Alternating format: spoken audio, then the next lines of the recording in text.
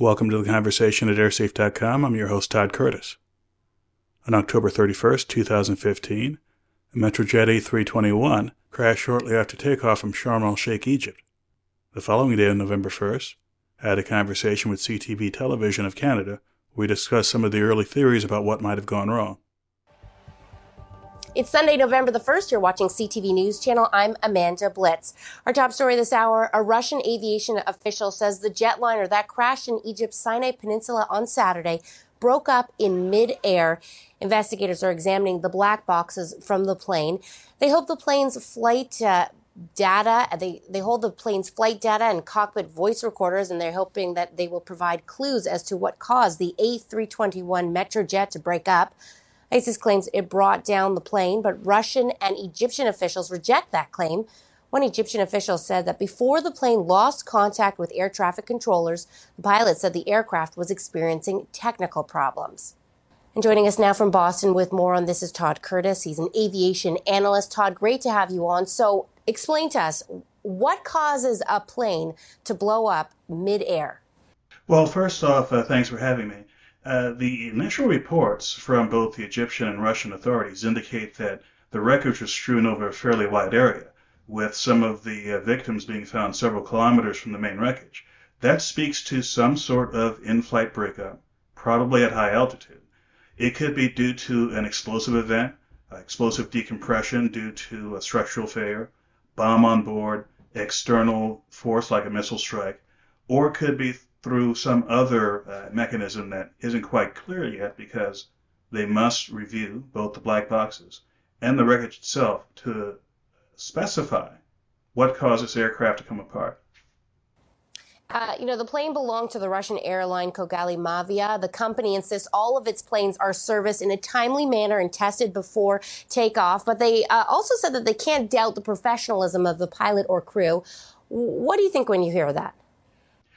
Well, barring any other information, that is an appropriate statement, because airlines around the world have to operate on a very, very high standard. And when it comes to international aviation, there are widely recognized international norms with respect to what kind of equipment, what kind of training, what kind of procedures have to be adhered to.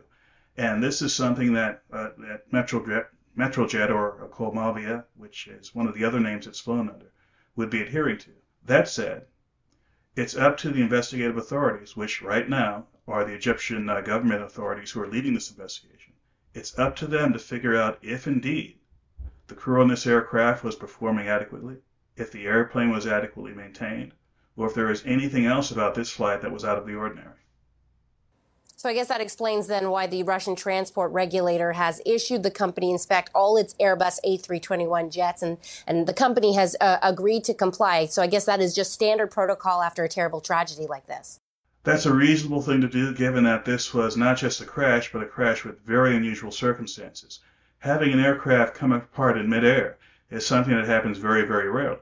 And outside of deliberate actions such as the missile strike on MH17 a year or so ago, to have something come apart because of a mechanical or technological failure, very unusual. So it's prudent to inspect every other jet in that airline, every other A321 in that airline, to make sure there's not something common to the fleet. The black boxes have been recovered. Will we have some answers within days? I know these investigations take months, if not years, but often we get certain answers right away from those black boxes. How quickly do you think we might get that? It all depends on the Egyptian authorities. By international agreement, the event happened on Egyptian territory, and the Egyptian civil aviation authorities and other government authorities are in charge of the investigation. Certainly, they're getting technical support from both Russia and France. As you may know, France is where the aircraft was produced, and France is one of the parties that are involved in the investigation. Several Airbus personnel are there on site already. So it's not clear to me whether the Russian authorities, the French authorities, or the Egyptian authorities will read out that data. But I will say this. If the French authorities are doing it, we'll get the information a lot more quickly. And when it comes to these types of investigations, does it have to, and there's a number of different countries involved, is it that they usually all work together, or is it that they each end up ultimately having their own investigation? It all depends on the particular event and the resources that are available. If this turns out to be an event that's very, very complex, where the resources necessary to analyze it are not going to be there within Egypt, then they will call on their partners, Russia and France, and possibly other partners, other areas of expertise, in order to get to the bottom of this event. Aviation analyst Todd Curtis. Thanks so much, Todd. Really appreciate it. Thanks for having me. For more information on this event, please visit metrojet.airsafe.com. Thanks for listening, and we'll see you next time.